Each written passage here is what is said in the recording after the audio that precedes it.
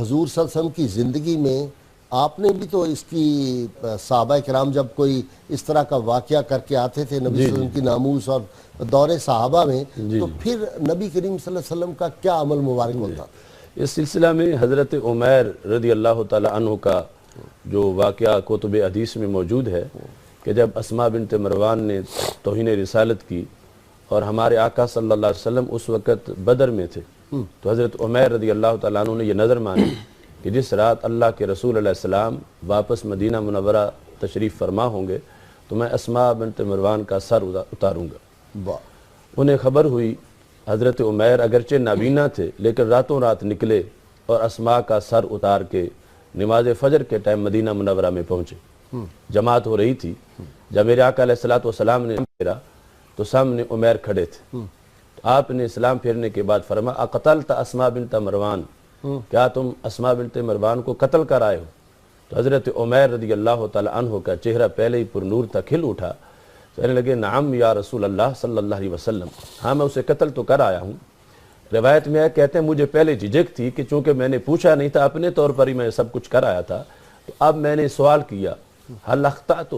کہ یا رسول اللہ صلی اللہ علیہ وسلم اس میں کوئی میں نے غلطی تو نہیں کی؟ تو ہمارے آقا علیہ السلام کی طرف سے حوصلہ افزائی اور شریعت کی تصدیق دیکھیے، فرمایا ما اخطأت بل نصرت اللہ ورسولہ، آپ نے ہرگز کوئی غلطی نہیں کی بلکہ اللہ کی بھی مدد کی ہے اور اللہ کے رسول علیہ السلام کی بھی مدد کی۔ سبحان اللہ۔ والذین آمنوا بہ، یہ جو قرآن مجید برہان رشید میں ہے وعزروہ ونصروہ، تو نصروہ میں سر فہرست یہ معنی آتا ہے کہ جس وقت کوئی شخص رسول اللہ صلی اللہ علیہ وسلم کی توہین کر رہا ہو تو اس سے بدلہ لینا یہ نصرت رسول صلی اللہ علیہ کعب بن اشرف کے لیے خود نبی صلی اللہ علیہ وسلم نے ارشاد فرمایا کون ہے جو مجھ سے اذیت دور کرے؟ کون ہے جو اس کو دور کرے مجھ سے، بلکہ اس انداز میں فرماتے رہے من یکفینی عدوی، کون ہے جو میرے دشمن کے لیے کافی ہو جائے گا۔ ایک روایت میں حضرت خالد بن ولید رضی اللہ تعالیٰ عنہ اٹھے، ایک میں حضرت زبیر رضی اللہ تعالیٰ عنہ اٹھے، اور باقاعدہ نبی اکرم صلی اللہ علیہ وسلم کی طرف سے حضرت عمیر کے واقعہ میں تو بڑی مناسبت ہے غازی علم الدین شہید کے واقعے کی اس کے ساتھ کہ جب ہمارے آقا علیہ السلام نے یہ ارشاد فرمایا تو ساتھ ہی فرما دیا کہ من سرہ ان ینظر الی رجل من اہل الجنہ فلینظر الی عمیر، کہ صحابہ ابھی تازہ انعامات لے کے آئے تھے بدر سے، لیکن سرکار نے جب یہ فرمایا کہ جسے یہ مسرت ہے، پسند ہے کہ وہ ایک جنتی کو دیکھے تو وہ میرے عمیر کی زیارت کر لے۔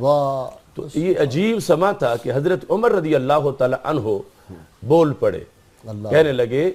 انہو تسرع فی طاعت اللہ وانہو اعمی، کہتے دیکھو نابینا ہو کے بازی لے گیا، یعنی ہے نابینا لیکن ہم سے کتنا آگے گھس گیا اللہ کی بندگی میں یہ انسان کہ ہم بدر سے ہو کے آئے ہیں اور یہ یہاں اس نے جو کردار ادا کیا ہے، یعنی وہ جو عشق کی ایک جست نے کر دیا قصہ تمام، اس زمین و آسمان کو بے قرار سمجھا تھا میں۔ تو اب ناموس رسالت کا کردار جب حضرت عمیر ادا کر چکے تھے، اگرچہ وہ واقعی نابینا تھے لیکن جسمانی طور پر، مگر ہمارے آقا علیہ السلام کو اب اس انداز میں ان کے لیے لفظ نابینا بھی اعمیٰ بھی پسند نہ آیا۔ حضرت عمر رضی اللہ تعالیٰ عنہ کو ٹوک دیا، فرمایا عمیر کو نابینا نہ کہو انہو بصیر، یہ تو بصیرت والا ہے، یہ تو اصل میں آنکھوں والا ہے۔ تو یہ کردار ہے تحفظ ناموس رسالت پر، جس وقت بظاہر ایک عام بندہ بھی یہ کردار ادا کرتا ہے تو پھر کتنا خاص ہو جاتا ہے کہ حضرت عمر رضی اللہ تعالیٰ عنہ کو رشک آ رہا ہے اور نبی اکرم نور مجسم شفیع معظم صلی اللہ علیہ وسلم اس بندے کو جس کی آنکھیں نہیں پھر بھی اسے نابینا نہ کہو۔